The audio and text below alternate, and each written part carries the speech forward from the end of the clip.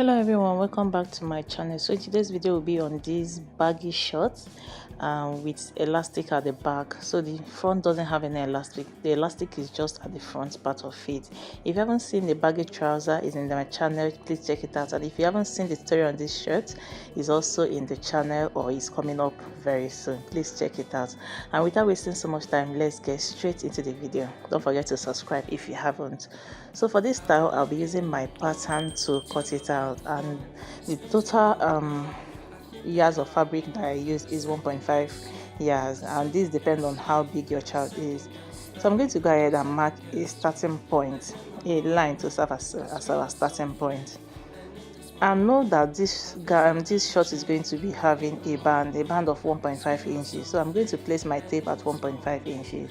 I'm going to mark my crouch depth. So to get your crouch depth, you divide your hip measurement by 4. But because this is not a fitted trouser, I'll be adding about 1.5 inches extra, or let's say 2 inches, because we're going to be stitching it at the waistline as well. So that's what I marked there. I'll go ahead and connect this line.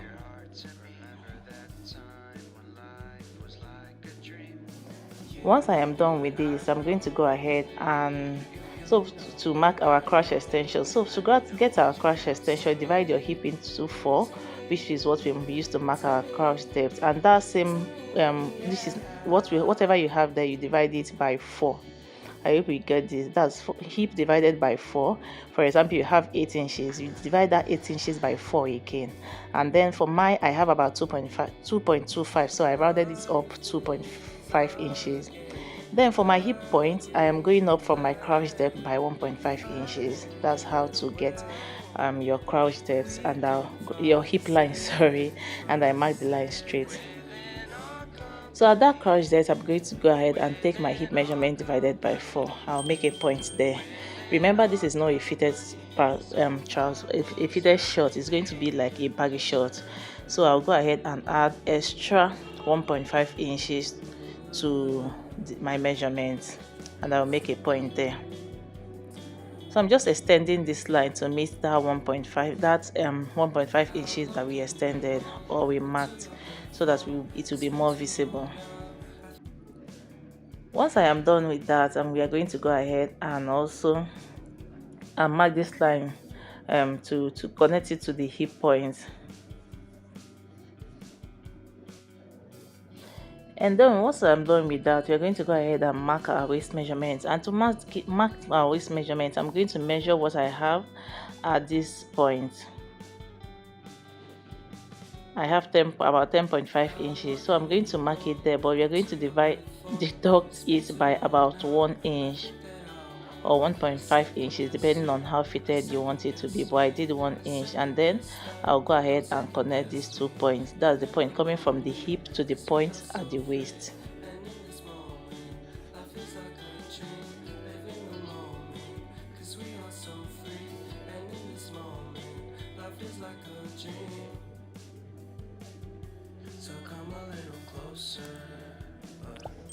Okay guys, once I am done with this, I'm going to go ahead and place my tape and connect our crouch curve.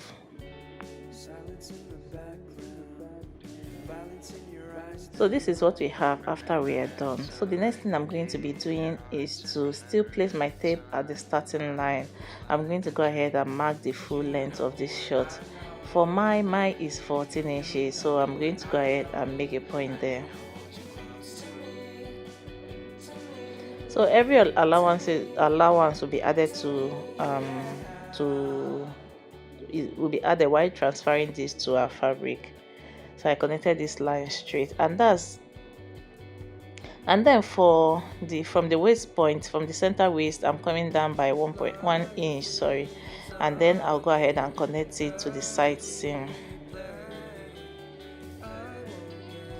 And because I don't want this short to be like big on the center front, I'm going in by 1 inch, and then I'm going to replace that 1 inch at the side seam so that it will accommodate the butt well. If you've been watching my videos, I've done this a couple of times. If I don't remember to do it on the video, I always do it afterwards.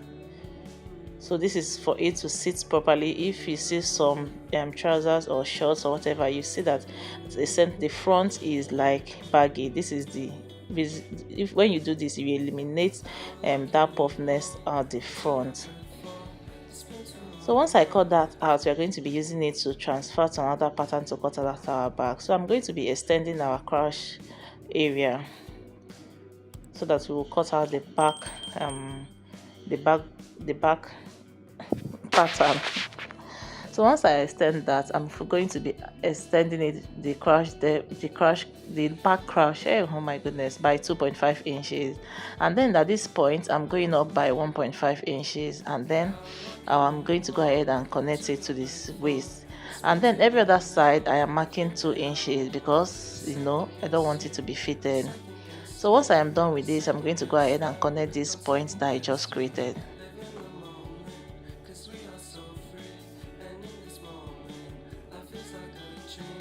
If you have any question, please don't forget to leave it in the comment section. And if you haven't subscribed up to this moment, take 1 minute to hit on the subscribe button and join the family.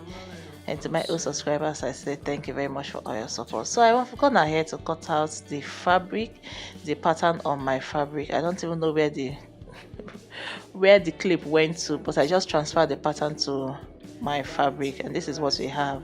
So I'm going to go ahead and place the crush to crush. This is for the back. I'll stitch it down by 1/2 inch, and then this is for the front. I'll stitch it down by 1/2 inch as well. So once we are done, this is what we have. So I'll go ahead and open this up. Then I'll go ahead and also open the back one up. I'm going to be doing front facing front at this point. And then I'll stitch by 1 inch on this side and stitch by 1 inch on the other side. So guys, this is what we have. After stitching on both sides, I also stitched down the crush area, and this is what we have. So we're going to go ahead and work on the band. You can see my stitching did not get to the end of the waist, so I'm going to measure the front and the back separately.